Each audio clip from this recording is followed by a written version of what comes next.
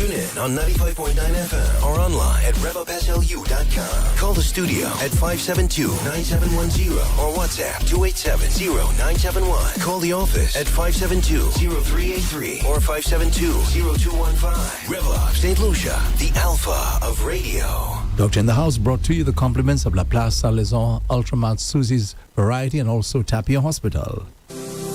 At Tapia Hospital, caring and competent obstetric consultants who will see you safely from prenatal care through delivery with a team of excellent pediatric and anesthetic support. Tapia Hospital, where the patient's safety comes first.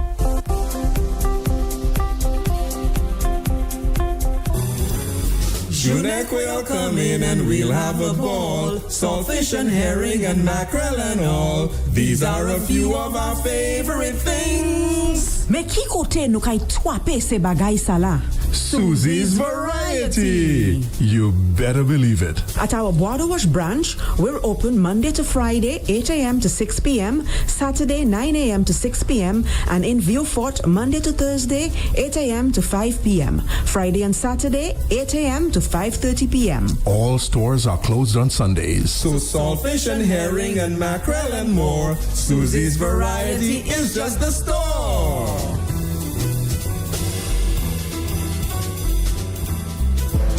Looking for a one-stop shop for all your grocery and household needs? Look no further than Ultramat. We stock a variety of options from the world's leading brands, all at affordable prices.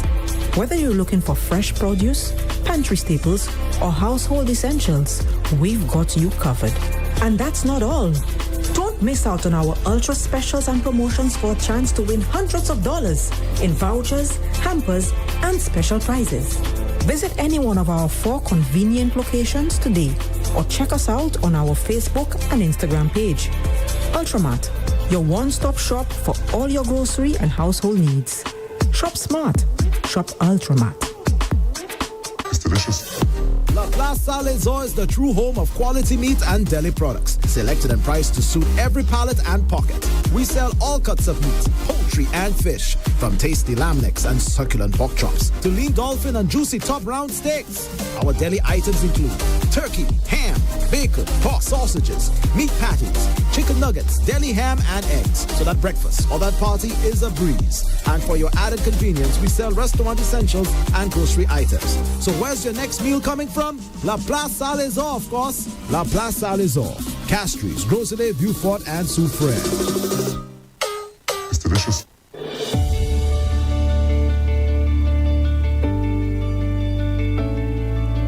It's now time for Doctor in the House, hosted by Dr. Leonard Suraj. Dr. Suraj, it's good to see you again. A very good evening to you. Thank you, Andre, and thank you, listeners, for being here. And today, again, we are doing, well, I'm welcoming you all to Doctor in the House, done every Tuesday, 6 to 7 in the evening. Today being Tuesday, the 7th of October, year is running very fast, my friend. And so we have a special guest. All our guests are special, right? But this one is extra special.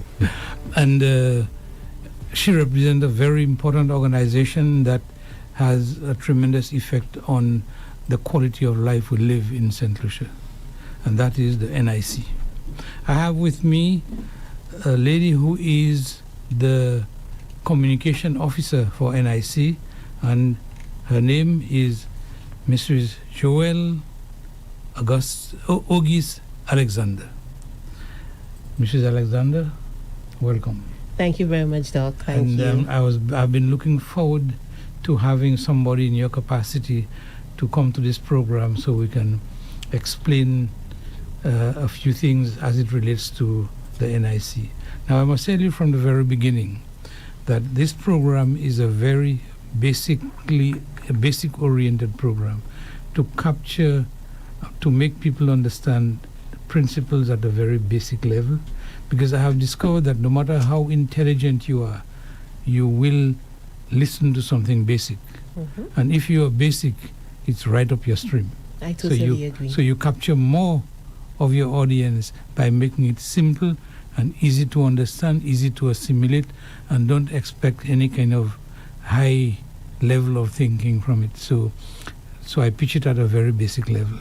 And So I would welcome you to discuss that. First of all, the NIC has gone through several names. It used to be the National Provident Fund, NPF, and then it became the National Insurance Scheme. This is the one I know better.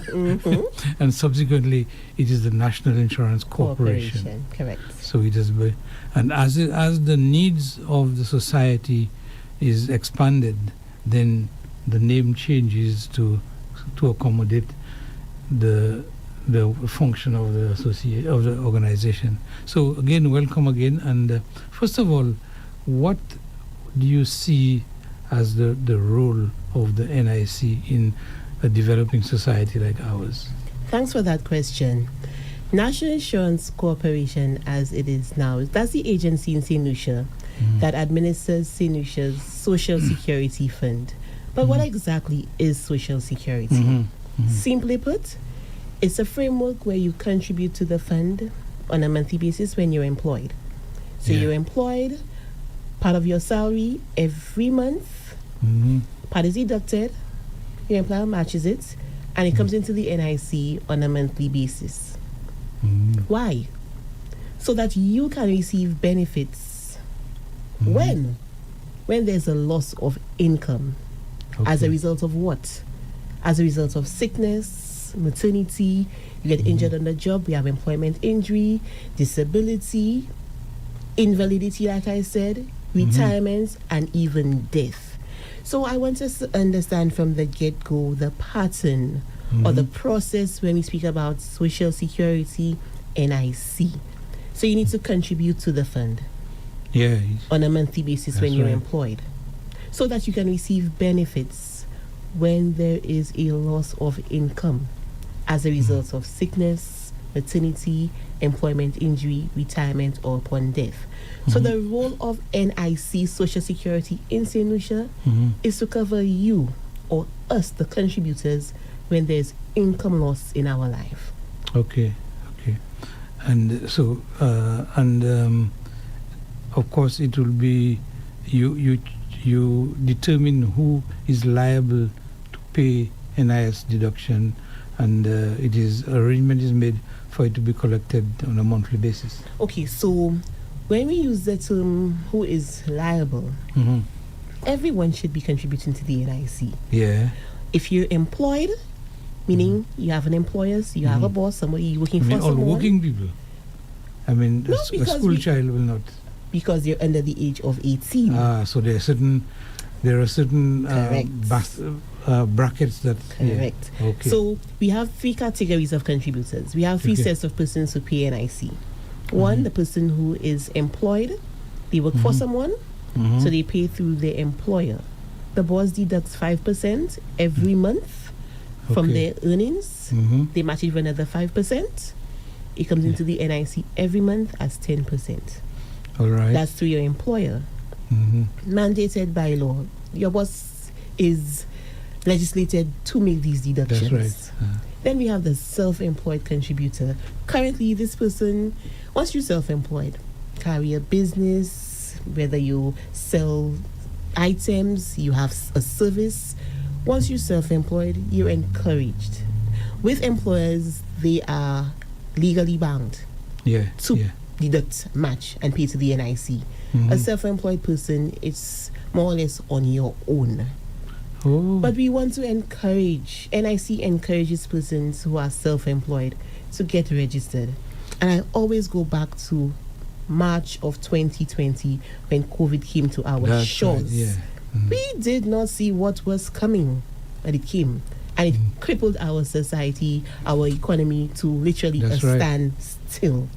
Persons who were contributing to the NIC in up to February of that year, these persons were able to enjoy our economic relief program, the ERP. That's us giving out money to support our contributors for 6 months within that year, 2020. So if you were not contributing to the NIC, you didn't get anything from the NIC. So our self-employed persons are really, really encouraged too. Even before it gets to our cabinet where it's made law that you have to pay once you're self-employed, we are really trying to encourage. Okay. Now, so that's the second category of contributors.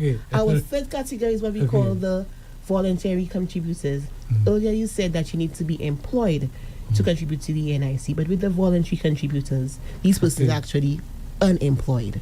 However, they have paid into the NIC for at least 5 years already.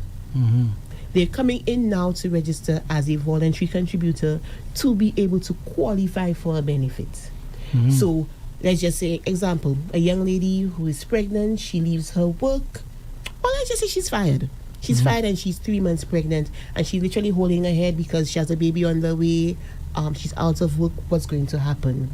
It goes back to the role of NIC in St. Lucia, Social Security. Now she qualifies and she's able to register as a voluntary contributor to make these contributions on her own, being unemployed, to be able to qualify for maternity benefits. When she goes to the public hospital to qualify for hospitalization benefit. Let's just say on the flip side, we have a grown person approaching retirement age, has to leave work for whatever reason, but they're short a few months to qualify for a monthly pension.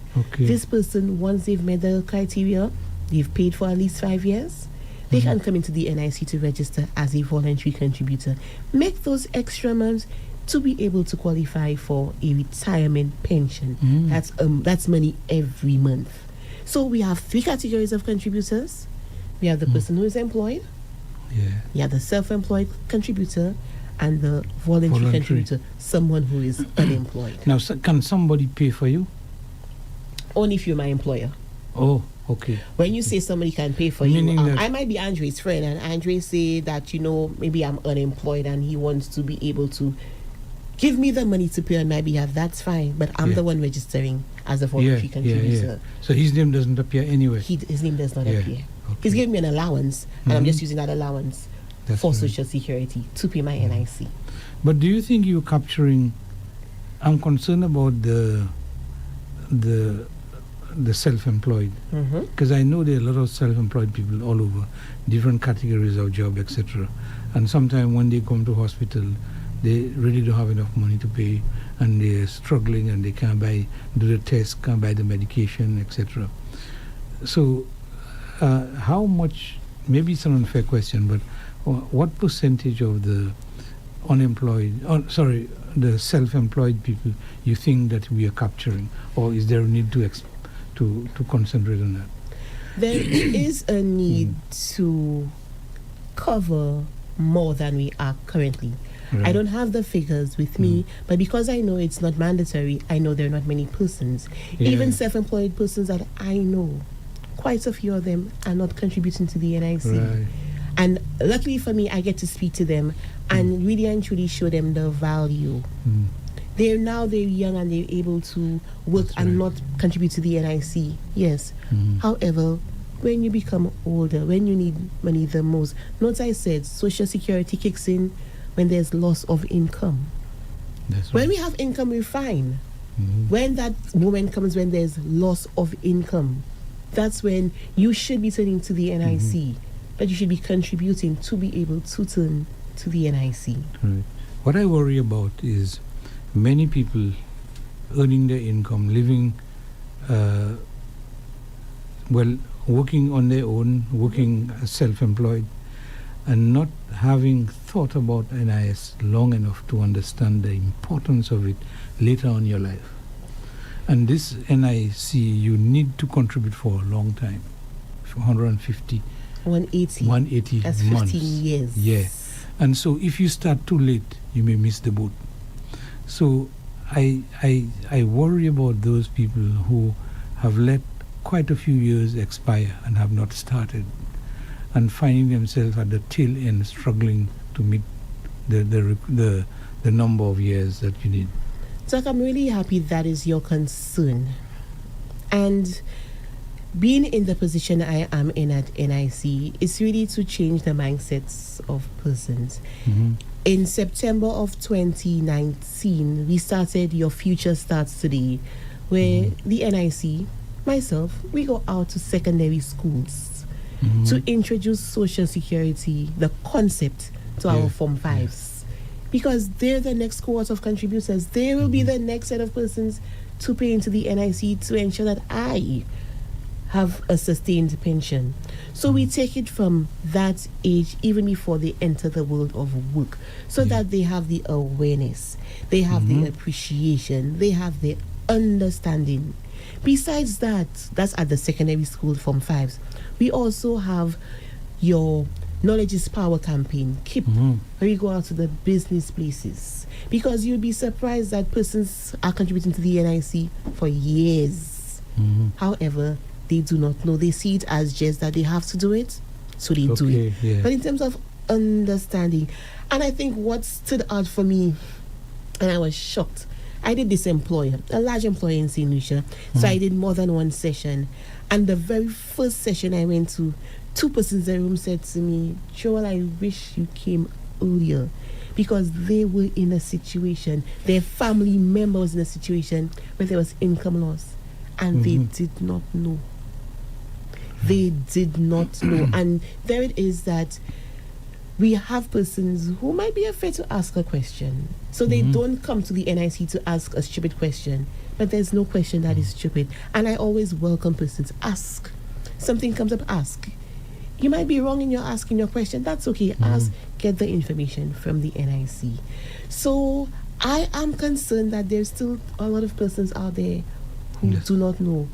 But we are trying. And I know that we can do more. That's why we're here today. To empower. And I use the word empower, not just share information. To empower persons when it comes to NIC and their social security coverage. Okay. Dr. Suraj, Yes, sir. do you mind if I interject? By all means, sir. This is a roundtable discussion. Thank you very much. Thank you very much for giving me the time. I want to say welcome. Welcome. It's nice to see you again. And I want to say that I fully support the NIC. I would encourage anybody to make their contributions, right? In fact, I do it all the time on my shows as best as I can. So I want to encourage our listeners, our viewers, to contribute to the NIC as best as they can. But I have a few little questions. Going back to the self-employed person, you said that this person can make a contribution of what, 5%? Well, no, we actually have wage bands. So it's based on your average earnings. So just to give you a snippet of what contributions the breakdown would be, someone who's earning between $1 and $500 on average, they pay $50. 501 to 1,000, 75. 1,001 to 1,005, $125, and so. So it's not based on a percentage, because we are aware that not every month is a good month. Okay. So That's we right. find out your average. So let's just assume this person is earning about $1,000 a month. Average. On average, right. And you say from the 1,000, it'll be about 75, you said? 1,000 is $75. $75. So I have two questions there. So what can this person expect? Let's just assume for most of their life, they make about 1,000 average for most of their life. Okay? How much can this person expect now when the time comes for them to be receiving payments from the NIC? How much are we You're looking at? asking specifically for retirement. Yeah, retirement. Just a little So ballpark figure. $1,000 might not be easy for me to calculate off the top of my head, but I can tell you that the maximum pension, the current maximum pension, is $3,000 a month. And that $3,000 is somebody who has earned an income of $5,000 and over Right. for at least 5 years of their work life. This person is also retiring at the age of 65 and not a month below, because there is a reduction factor, or NIC takes away part of your pension because you are under the pension age, which is 65. And this person should have contributed to the NIC for 380 months. Right. But I didn't ask you about the 3,000. I asked you about 1,000. Andre, you asked me to do So- a quick maths so- there, and I so- don't have the quick maths. I right. give you the highest. Okay, Yeah. exactly. So So, you so the can- lowest would be something like maybe about a $300, $400, that sort of thing. Andre, the NIC, we have increased our minimum pension. That's recently. to That's recently. $500. So That's right, recently. you're Now. talking about now, Now. it's not Oh, 3, it's minimum. 5. Now, sorry, Right. Dr. Suraj, sorry about Go that. ahead. So $500. In these times, don't you think that the NIC, right? I love the NIC, don't misunderstand me. Don't you think that the NIC is being unfair and promoting, in a sense, poverty? Because how can, in these times, how can somebody reasonably expect to survive on that? But I don't want to dwell on that. Here's what I really want to ask you. In the case of the employer, you say the employer makes a contribution as well as the employee. Correct. Now you have a person who's self-employed, but they're the only ones making that contribution. So there's no employer making a contribution for them as well. I'm asking you a very, very important question. And you say this is mandated by law. Why should... What's mandated by law? For self-employed, no. That the employer... right. The employer is supposed to contribute... Match with 5%. Right, exactly. But in the case where the person is self-employed, there's no matching. So it's mandated by law that the employer makes the same contribution. Isn't that putting unnecessary pressure on the employer then? You know the amount of employers, we understand, who don't even make the contributions because it's rough for them. They have a number of employees and they have to now match all for all the employees. Okay. I'm just asking you a question now. Don't you think that in the case of the self-employed, there's no matching? It's just one person making the contribution. In a case where you are the employer now, you have to be the one making these contributions on behalf of all your employees. I'm asking a question. Isn't that a bit unfair to the employer? Unfair might not be the right term I would use. And I'm speaking to you as an employer yourself. Question, or a throwback question. Your team members, your staff, if they're out on, you don't need to answer that, Andre. If they're out on sick leave, they're out on maternity, they get injured on the job, would you be paying them? Can you pay them 100% of their earnings while they're out, when you also need to hire someone else to relieve this person? Maybe. And the not. employees are not sick every day. It's a once in a while they're sort out of on thing. sick leave for 21 days. I said, you're looking at an extreme scenario. But 21 days is not quite extreme. And the question, the reason I ask that is because would you, as the employer, generally speaking, would you pay this person, this team member, your staff, 100% while they're out when you may need to hire somebody else? No. And that's why NIC comes in, Social Security comes in. This person has worked for you all their life. Now they're 62. Can't really make it to work every day and say that, I really had enough, I would like to retire. As the employer, will you pay this person a monthly earning in the form of a pension for the rest of their life? That's a different thing. And that's where Social Security... that is a different scenario. So you're asking if it's fair to the employer? Yeah, to be matching all the employees. You have 50, 60 people who you but employ. If you don't do that, and you have to match it. Are you able to sustain this person while they go through income loss throughout their work life? I'm not. You are looking at it, as I said, an extreme scenario. An extreme scenario, right? We survived long ago without the NIC. We survived. That's why NPF was there in 1970. So there was a need. And you mentioned something. You said, isn't NIC promoting poverty? And that's the whole reason, or the whole reasoning behind the concept of Social Security, is to get persons out of poverty. But how could that be out of poverty? How could that be if you're making the person is collecting about $500 a month in this country? Okay, how can you thrive on $500? So Andre, you say that. What's about the person? But you don't answer my question. How can you thrive? Not survivor. How can you thrive on $500 20, 30, 40 years from now?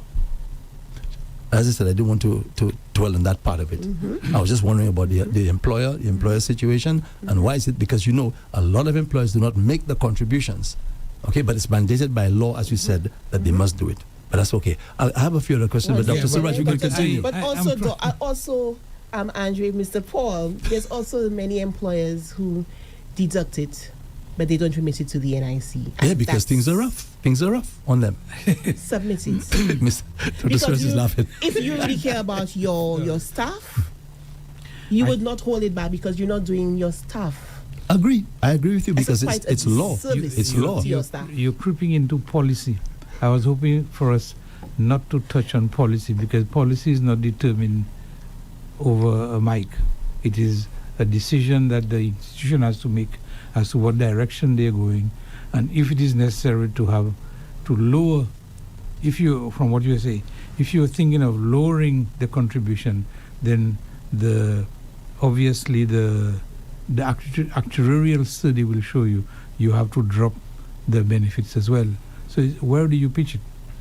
And so I was hoping to get in this program to get more clarity on what obtains, rather than questioning the system as it exists. Okay, I shall withdraw.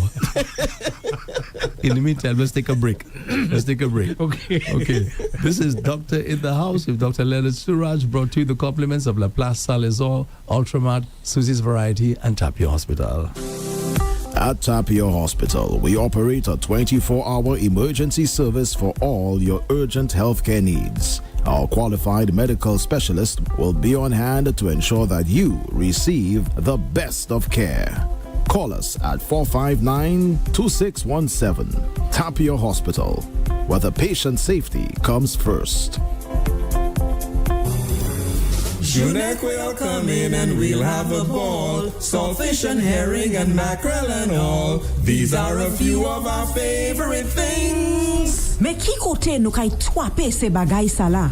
Susie's Variety. You better believe it. At our Border Wash branch, we're open Monday to Friday, 8 a.m. to 6 p.m., Saturday, 9 a.m. to 6 p.m., and in Vieux-Fort, Monday to Thursday, 8 a.m. to 5 p.m., Friday and Saturday, 8 a.m. to 5:30 p.m. All stores are closed on Sundays. So saltfish and herring and mackerel and more. Susie's Variety is just the store.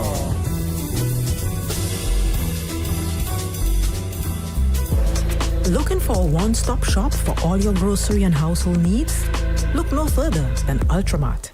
We stock a variety of options from the world's leading brands, all at affordable prices.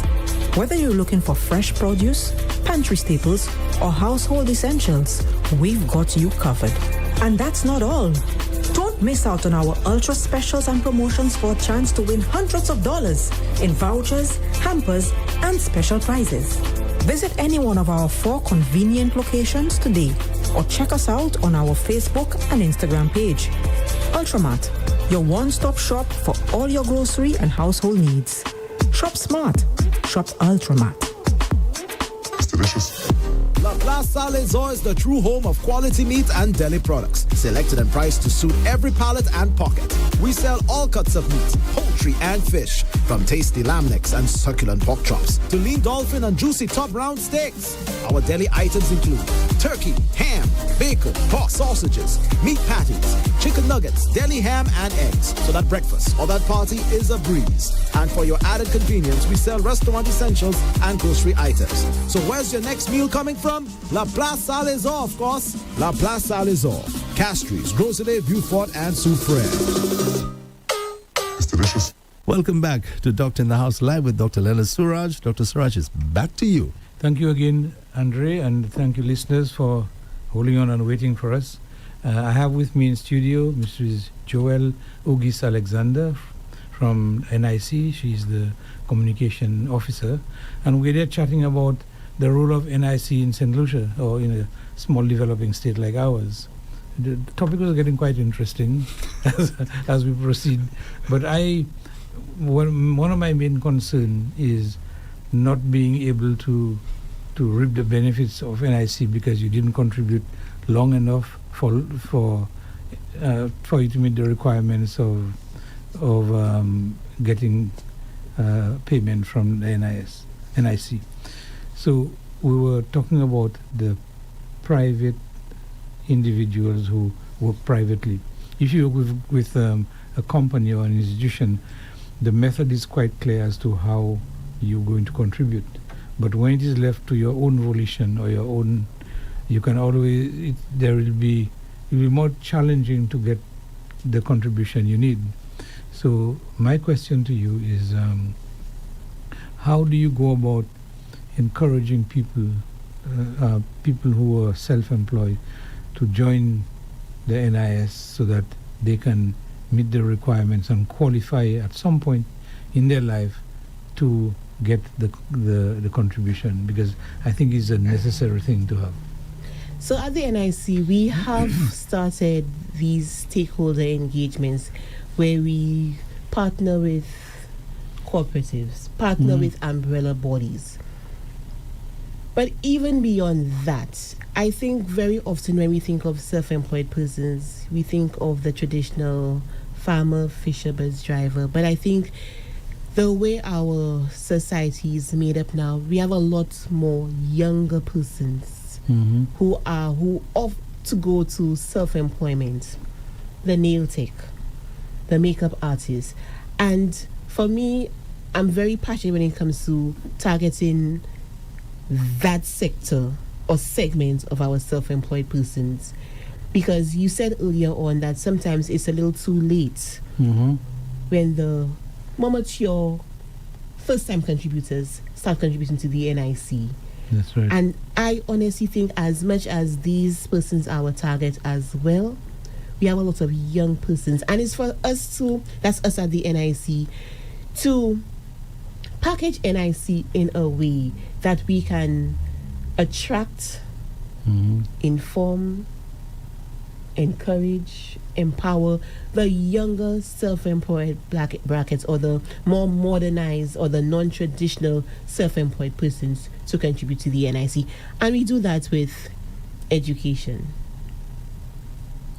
We meet, like I said, we meet with self-employed persons. We meet with the umbrella bodies to really and truly have persons to understand and appreciate what Social Security NIC is. Because you'd realize that as persons get older, more matured, they, especially when they fall into a case in life, a life occurrence where there's income loss, the poverty that Andrew was speaking about earlier on, that's what they will be heading into if they don't contribute to the NIC. So we really try to encourage, like that's all we can do now since it's not mandated by law. And I'm happy to say that the NIC, we're actually looking into launching in the coming weeks and months this massive self-employed persons SEP campaign, where it will be a lot more aggressive than the one-on-one engagements partnering with umbrella bodies. It will be a national movement to really and truly get self-employed persons to think of not just now but those days when there's income loss. I think one of the issues you have to look at is how to make people plan their life, and you can see it in their choices in life. They probably buy a motor car long before they buy a piece of land, and you can see how what emphasis they put on the future. They might just blow the money rather than taking a course and do a training to train themselves. So when you look at NIC, you don't look at it only in a one-track kind of thing. It's the holistic development of the person you're looking at, and their perception of life and their perception of what preparation they are making for when they get older. In terms of education, in terms of health, in terms of finance, etc. I think we have to teach them more financial management, because sometimes they're unemployed, but quite a bit of money passes through their hands, It's not public, but it's not official, but they have, and you can see by the type of cell phone they have, by the kind of shoes they wear, so you can know there's money floating around. But it is not a priority to look at when you're 65. So what, man, I'm 20, what I'm worrying about 65 for? So I think part of what we're looking at, and it's a term I like, and it's a concept I like, behavioral modification. You cannot move forward. Just like obesity, just like alcoholism, behavioral modification will assist you in resetting the future of yourself. And I think also for many persons, when reality hits, and reality doesn't have to hit when they're 65 or when they're close to retirement age. Some employers have this program they have for their staff, pre-retirement training. And I have done quite a few sessions with employees, with team members, employers invited to the NIC. And one thing that I have introduced the last couple of years is for persons who are at least 58 years of age, they can get an estimate of their pension. Doc, Andre, there are some persons who are just shocked. Some person say to me that the presentation was going good until, and I'm leaving them very depressed and sad. I say to them, no, that's not my intention. I want you to be aware of your current situation. So persons who are at least 58 years of age, they can come into the NIC to get an estimate of their pension, what their pension would look like based on their current contributions at 60 to 65. So they can plan. I know it's a bit late to plan at 58 if you're now starting to really and truly plan for your pension, but at least you will have an idea as to what it is. That's why we take it way back to persons even before they've registered with the NIC to have an NIC number, the schools, the Form 5s, so that they enter in the world of work with hopefully a better understanding. For me, I was not afforded that opportunity when I was in Form 5, but I thank God that I entered NIC at a very young age. I was 20 when I started working at NIC. So then I think I grew up with an awareness because NIC really and truly, that's all a lot of persons hold on to. They have not made any plans for retirement. All of them say government. For government, for them is NIC. But it wasn't for the NIC. So yes, we look at the $500 and we think it's very small. In the grand scheme of a monthly income, $500 might be small, but for many persons, that's all they have. Well, different people have their different demands, and I even think that you all should cater for those people who have a higher income, so that they can when they meet all the requirements of pension, they themselves can enjoy maybe a 5,000 if they put more. So just to put what you just said into context, currently the maximum deduction for any month from any worker is $250. When that is matched, it comes in as maximum contributions of $500. That says the person's salary is $5,000 and over.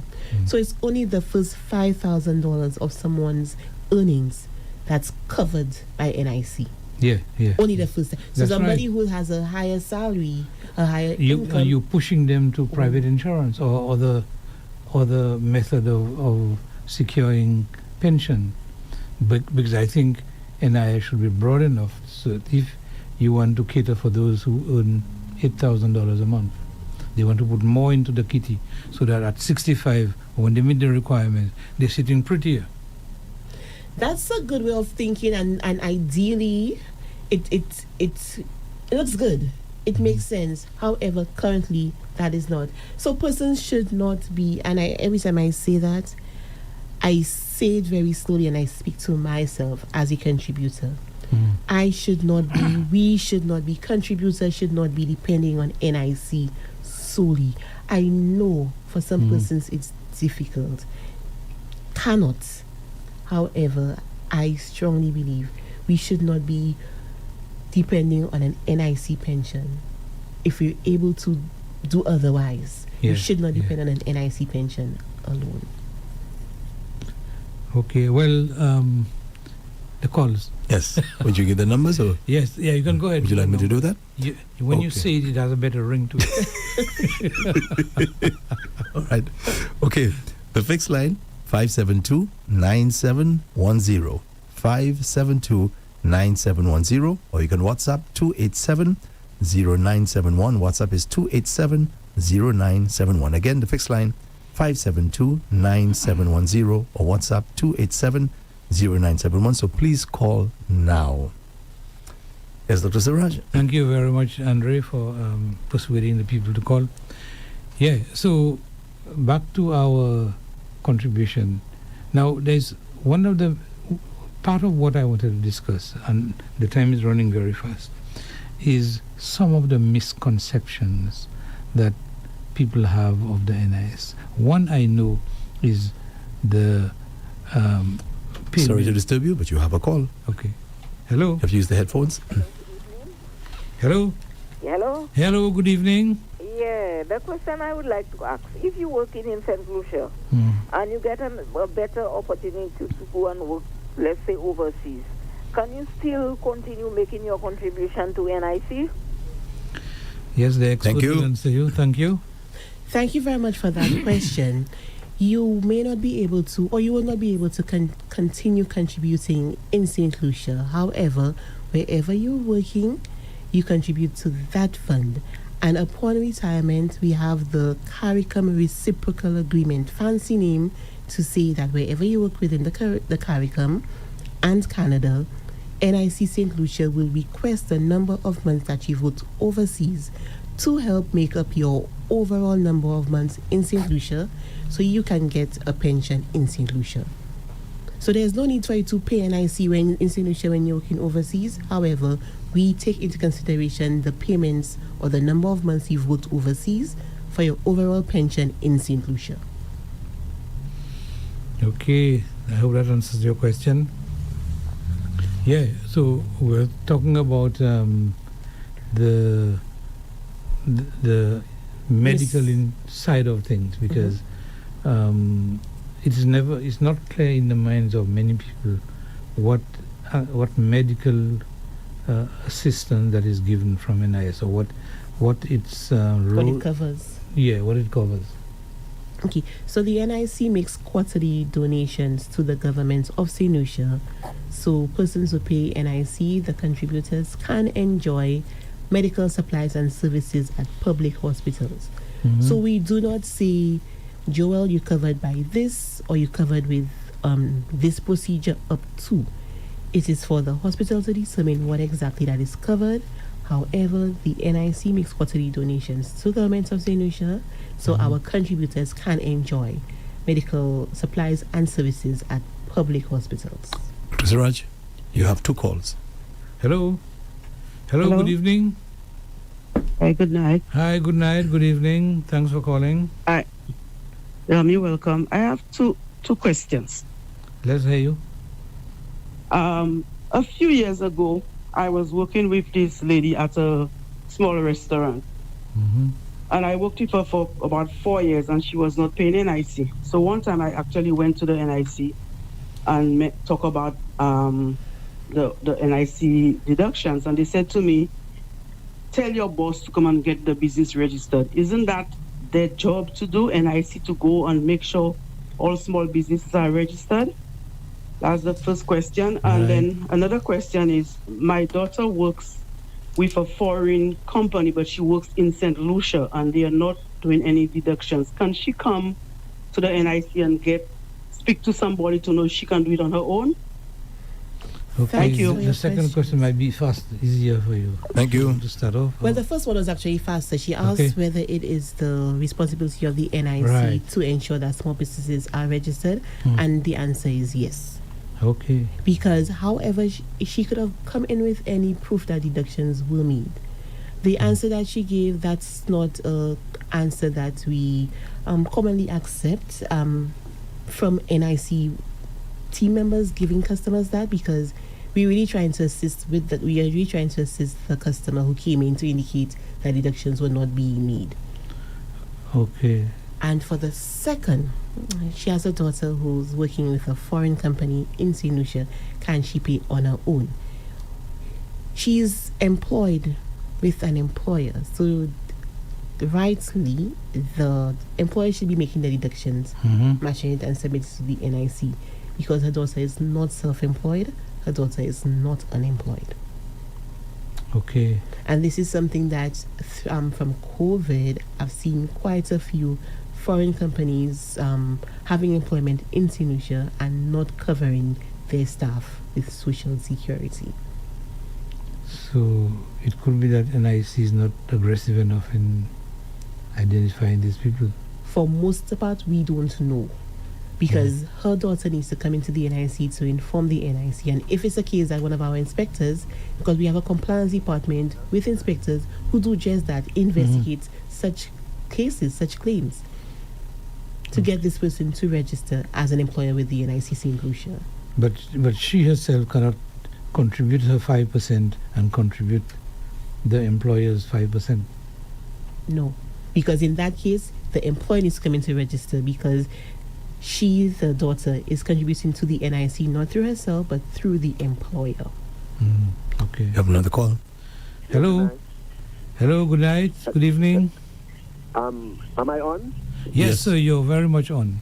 Okay, sir. Can the NIC use the same bank strategy that when you deposit your account, they could use your money to invest in wider economic bodies around the world and give you an interest?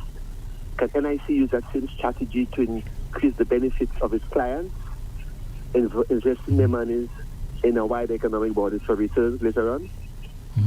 So NIC does not operate like a typical bank because NIC is not a bank. Social Security operates differently. However, NIC has to invest because someone in receipt of a monthly pension, that's a pension every month, in a matter of 2 to 3 years, every single cent that this person would have contributed to the NIC throughout their work life, in 2 to 3 years, every cent would have been paid back to this person. And we pay this person for life. Even upon death, they have a surviving spouse. NIC can pay the surviving spouse who may have never contributed to the NIC. So yes, we do invest. We have to invest. However, NIC doesn't operate similar to a bank where you can get interest. The interest in terms of what you're saying there can be seen maybe through the increases, the island-wide increases in contributions, in pensions. Recently, we had a 3.9 increase. 2 years ago, we had a 4.2% increase. We've also increased the minimum pension from 300 to 500. And many persons, if we had to calculate their pension based on their contributions to the NIC, it would be way less than $500. But we've bumped it up. Though small, it is significant for the number of persons we've had to bump up and the value of that increase from $300 to $500. So I hope this answers the question. And so back to our topic again. How you are saying that there are methods you try to use to have the self-employed actually join in and pay their contribution. Are you getting resistance from that? Well, I don't have the stats with me now, but the persons I've spoken to, quite a few of them, when I ask them, what's your reason for wanting to contribute, just for conversation, most persons say for a retirement pension, but a retirement pension is, you have to pay the NIC for 15 years, and this person is less than 15 years to the retirement age.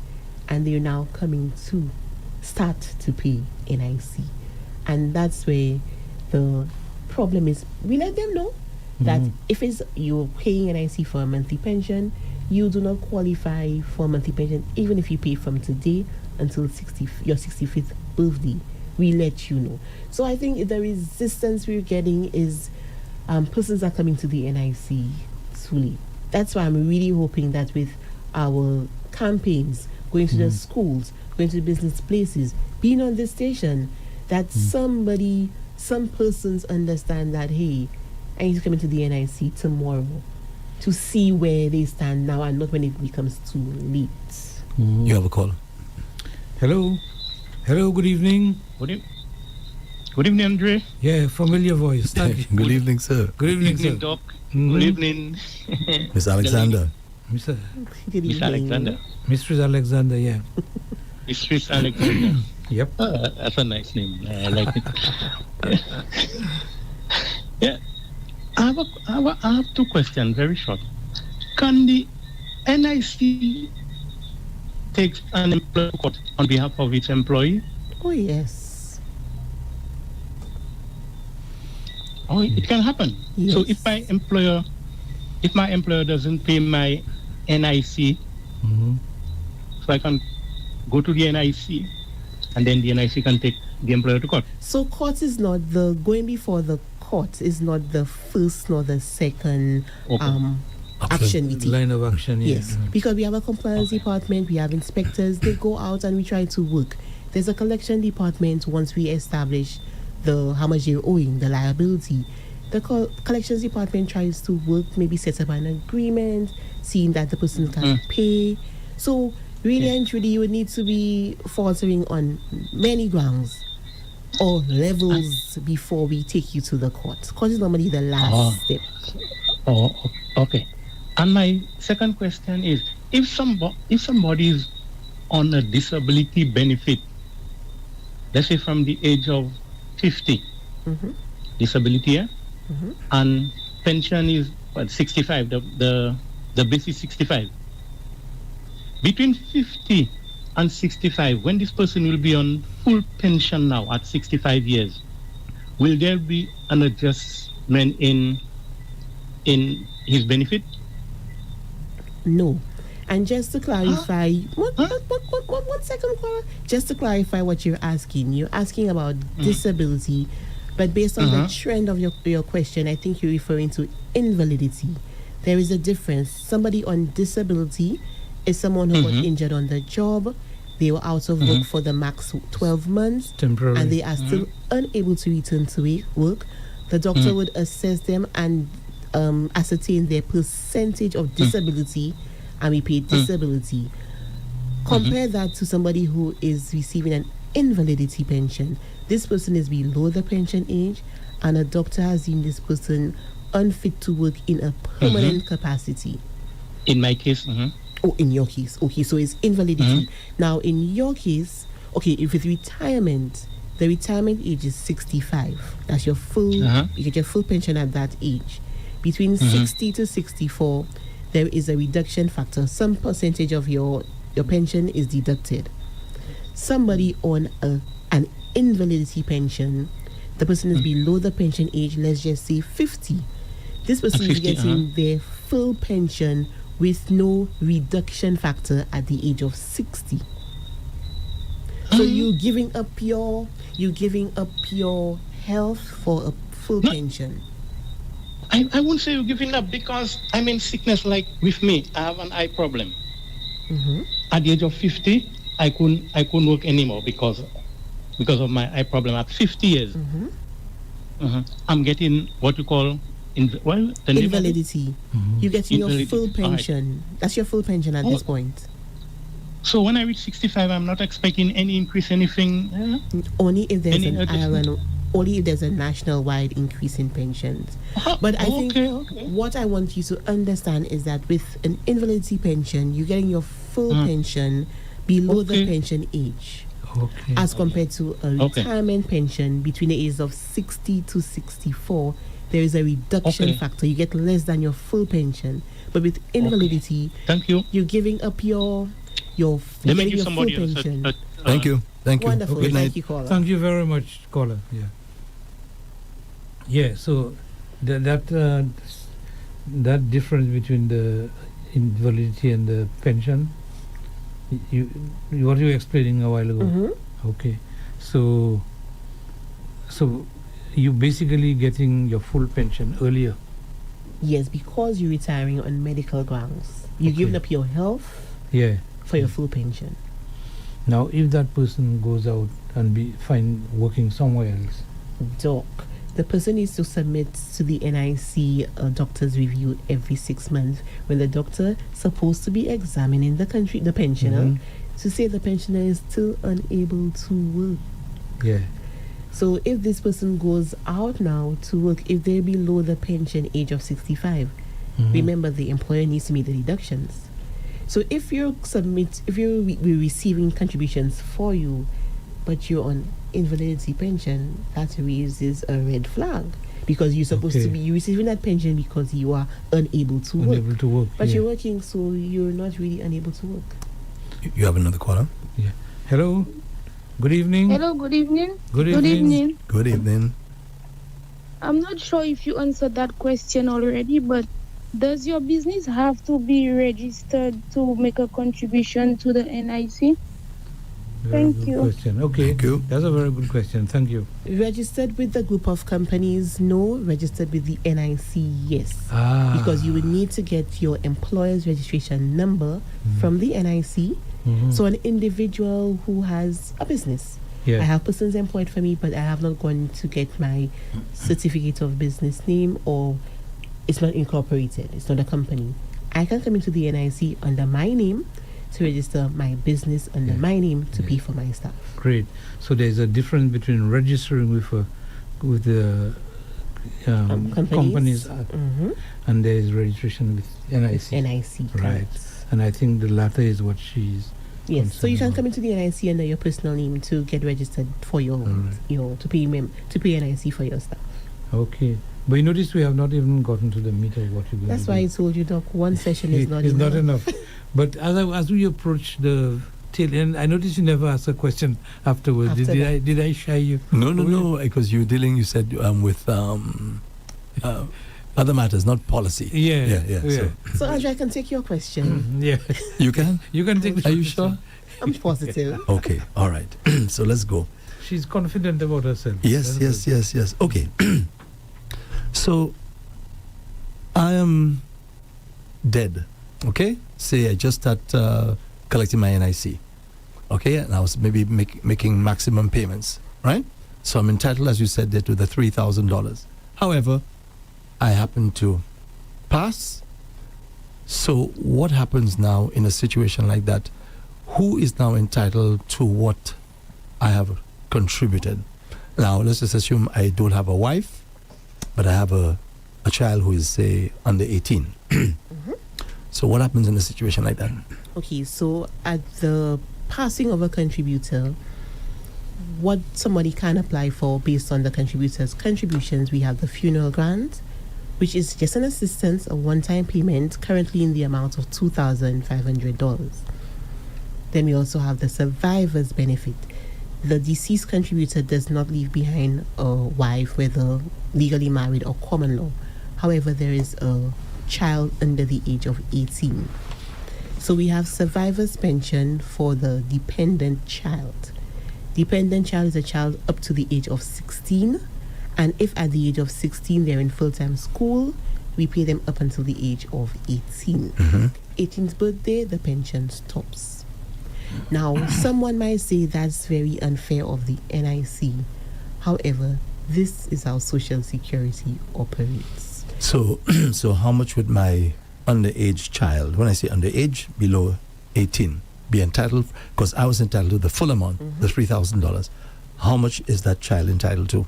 The child is entitled to, and that could be one child or many children, 50% of what your pension was. Let's just say it's one child. 50% of what your Now, pension 50% sounds very, very nice, But when you work it out, 3,000, now it's 50%, you're talking about $1,500.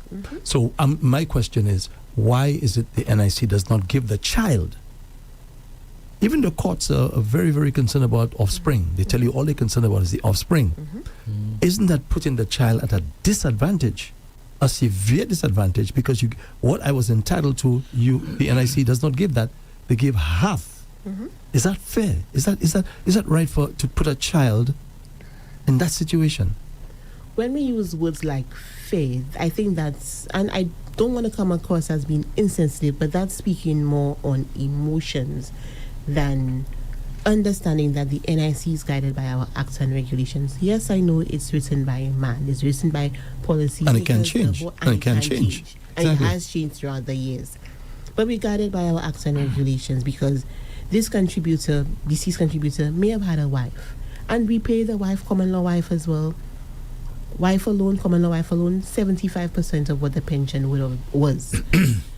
Common law.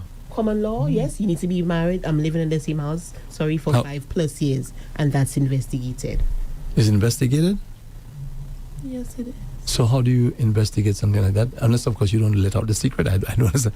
How do you investigate something like that? We have our investigating officers within our customer service department, and they're trained and skilled enough to ask the questions. So you'd have to prove that you've been living with this person for 5 years? Yes. And that's based on laws of St. Lucia. That part of NIC Act is based on laws of St. Lucia. The common law relationship, 5+ years, yes. So I was saying, so with... so she's there for 4 years now? That's not seen as a cohabitation in the eyes of in the laws of St. Lucia, because they've not reached the 5 years. And please note that if NIC pays out in a benefit on false information, NIC has the right to recover that money from any future payments that we have to pay out. So you're saying if there's a surviving spouse, that spouse is entitled to 75%. Spouse only. Spouse only. Spouse so the children, only. so the children don't benefit. The deceased contributor has left a spouse only with 75%. And their children involved as well. That's one scenario with spouse only. Right. 75%. But please note that this surviving spouse, if the surviving spouse is under the age of 55, they receive the pension for 1 year. Say that again? If the surviving spouse is under the age of 55, they receive the pension for 1 year. Well, and why is that? There's a law. I see Dr. Suraj is as surprised as I am. But then he said that's the law, and that's just how it is. Because at this time, and NIC is not out here being any marriage counselor or saying that you're under 55, you're able to go out to get remarried or whatnot. But then currently that is the structure and the parameter of the survivor's benefit. Under 55, you see the pension for 1 year. 55 and over, you receive it for life or until you remarry or cohabit. But before you ask a further question, that's scenario 1.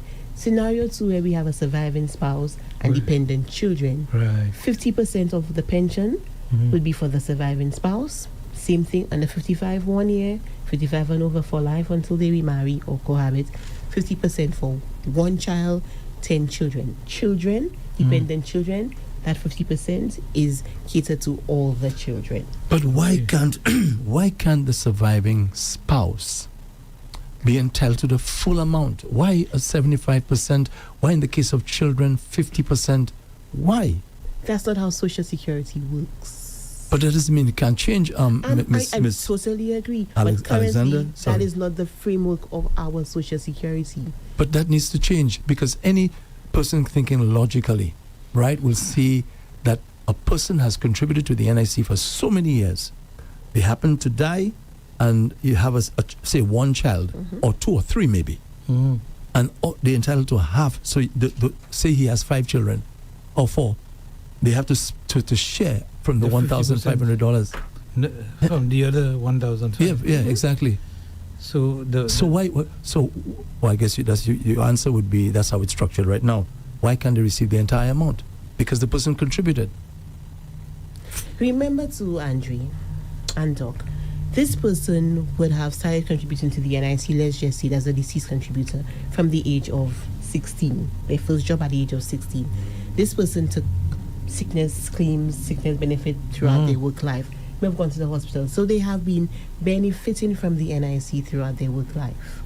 And upon death, it's just another benefit to be paid out to the surviving persons. Yeah, but what about a person who maybe barely even fell sick, right? Like me, for example, people like me. Okay, I think only 1 time I fell ill in my entire working career. I never took sick leave, no time whatsoever. Just that 1 time. I was out for about a month. All right? And that was despite that, you're saying that my spouse, the surviving spouse or my child, is not entitled to the full amount. All right, okay. So just to add this little thing before we go on to the next question, think of it on the flip side. Somebody who retires at the age of 60. This person, within 2 to 3 years, every cent that they would have contributed to the fund would have been paid back out to them. However, this person lives for the next 20 years, 60, 70, 80. They pass away at the age of 80. They receive the funeral grant. Whoever took care of the funeral expenses would receive the funeral grant. And also, they leave behind a spouse who has never contributed to the NIC. NIC is now paying the survivor's benefits to this spouse. And this person is for another 20 years over the age of 55, so they get it for life until they remarry or cohabit. If we had to pay the 100% to the first person, I'm just saying, NIC has money, yes, but if we had to pay the 100%, how do we cater for persons who would be in receipt of a pension beyond the 2 to 3 years? And that's where our investment comes in. Yeah, but if the person was alive, you still have to pay it. Yes. Exactly. Mm-hmm. So. And that's exactly how Social Security up. But it doesn't mean that it could stay like that. It totally is. I have a final question because we have to end. My brother just passed. He's 64. Okay, about to collect his pension. He passes, and he has no wife, no children. So what happens then? In terms of his contribution? Yeah, what happens to his contributions? There's a funeral grant, and the money remains in the pool. In the pool. So what about a suggestion? At least if he has any surviving relatives and so on, for all what he has contributed, at least maybe a lump sum payment or something. So beyond paying the surviving spouse and the dependent children, if we have no surviving spouse, no dependent children, NIC would consider paying a dependent parent or a dependent grandparent. Outside of that, with our current structure. But is there a rule for your parliamentarian to take up an issue that is a legitimate issue and take it to look at the law and ask to reconsider that aspect of the law? My direct answer would be yes.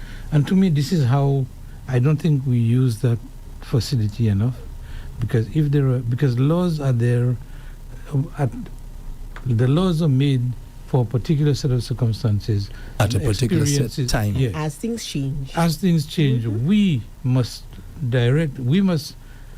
be clear as to what we want change and direct our parliamentarian to fight on our behalf to get this thing done. And I agree with you, Dr. Suraj, but in addition to that, you have people who are in the NIC, who are in the system, right, who are affected like anybody else. Yeah. So why don't they take up these causes internally, as a matter of fact? There's a board there. Why don't these things come up?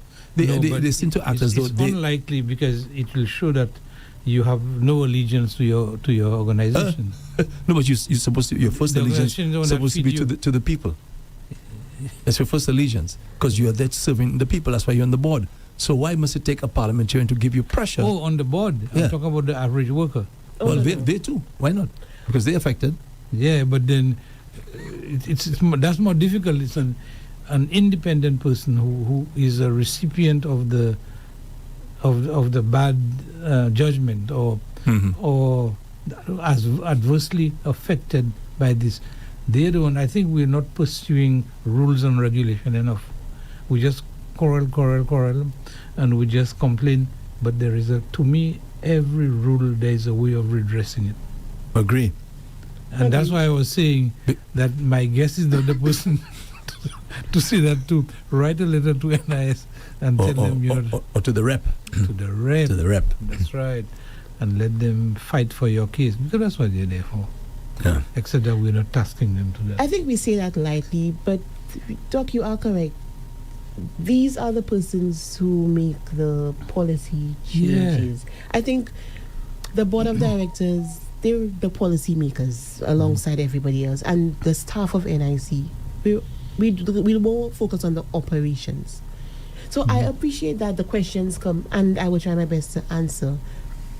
But we're guided, operations of the NIC is guided by our acts and regulations. Because everything I've said, I can draw reference to our acts and regulations. Yeah. Very good. Now, since this is the first time you're coming here, and I'm hoping not the last time. I'm hoping so too. Right. I would like to concentrate more on the self-employed. What message you have for them this evening as we wind up? Self-employed persons, I go back to March of 2020 when COVID came to our shores. Many persons did not anticipate what was coming, that period of income loss. NIC Social Security is there just for that purpose, to be able to provide financial assistance when there is income loss. Self-employed persons have no foresight for when they will be out of work due to sickness, maybe maternity, maybe not, because they might give birth earlier. For when they get admitted to a public hospital, they have no coverage. I'm speaking to you directly. Coming to the NIC, we're not asking for much. We get the form from the NIC. coming with any proof of self-employment. You're a vendor, you're a shopkeeper, you have your bills from buying in bulk. Bring that. You have a Facebook page, Instagram, provide that to us. In the event that we need more information, our investigators will come out to investigate, to confirm and to ascertain that you're self-employed. Because when the moments of not even unemployment, loss of income comes, you are not covered by the NIC. We don't know how much longer we have to wait for policy changes. However, our doors are open to come in, for you to come into the NIC. Persons who are earning between $1 and $500 a month, they pay $50. 501 to 1,000, $75. 1,001 to 1,500, $125, and the list goes on. So I'm encouraging every self-employed person, or if you're hearing my voice and you have a son, daughter, neighbor, someone you care about who is self-employed, ask them, are you contributing to the NIC? If they are not, ask them to come in tomorrow. Ask them to contact the NIC tonight. They can send a message to any of our platforms. We're on social media. We're on LinkedIn, we're on Facebook, we're on Instagram, we're on Twitter, X. Reach out to us on our messaging platform and ask a question. There's also the live chat feature on our website, www.stlucianic.org. Send us a message there. It's after hours now and there might not be a live rep to answer you, but you would issue a ticket and we would get back to you at our opening hours. Ask the questions, come into the NIC. Persons who are employed, they have the comfort of knowing that it is their employer to make the deductions. Don't be too comfortable. You too, I'm asking to come into the NIC to request a statement of your contributions. You would know the years that you paid in the NIC, the places that you worked, and the 10%. And also, there is the total number of months that you've paid throughout your work life. Don't wait until this retirement age to come in to ask the question. Don't wait when you already experienced the period of income loss to come into the NIC. Our tagline is NIC for the benefit of us all. And that all is really the umbrella of everybody, every segment of our society. Come into the NIC as soon as possible. Thank you very much. I appreciate the message, even though it wasn't directed to me. And so I am happy you were able to come here. And Mr. Andre Paul, thank you very much for your question, provoking question. You're welcome. Who knows, it will get somewhere. We don't know when. So let's hope she takes it back to her. Definitely. Yeah. Her boss. So hopefully we can schedule another meeting at some point and have a little more discussion. But I think I'm happy that you handled it so well. Thanks. Thank you. Thank you very much. Good. Ms. Alexander and Mr. Dr. Suraj, as always, thank you so much for your service, Dr. Suraj. Thank you. All right. You've been listening to and viewing Doctor in the House live on Rev-Up Slu 95.9 FM. The program brought to you the compliments of La Place Salazar, Ultramat, Susie's Variety, and Tapio Hospital. At Tapio Hospital, we operate a 24-hour emergency service for all your urgent healthcare needs. Our qualified medical specialist will be on hand to ensure that you receive the best of care. Call us at 459-2617. Tapio Hospital, where the patient safety comes first. Junek will come in and we'll have a ball. Saltfish and herring and mackerel and all. These are a few of our favorite things. Mais qui kote nou kay twape se bagay sa la? Susie's Variety. You better believe it. At our Bois Wash branch, we're open Monday to Friday, 8 a.m. to 6 p.m., Saturday, 9 a.m. to 6 p.m., and in Vieux-Fort, Monday to Thursday, 8 a.m. to 5 p.m., Friday and Saturday, 8 a.m. to 5:30 p.m. All stores are closed on Sundays. So saltfish and herring and mackerel and more. Susie's Variety is just the store.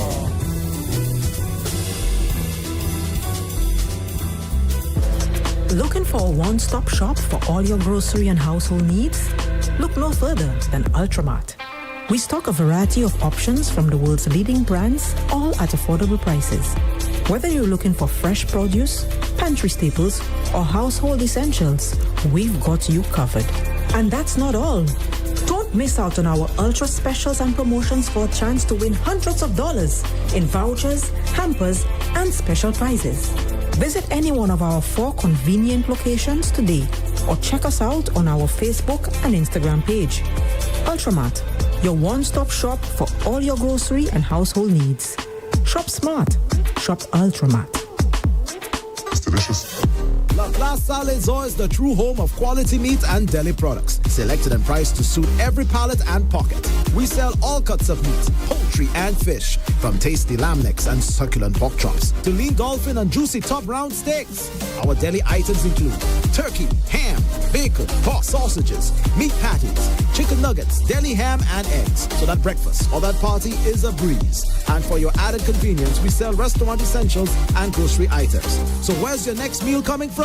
La Plaza Salazar, of course. La Plaza Salazar, Castries, Groselet, Beaufort, and Soufrière.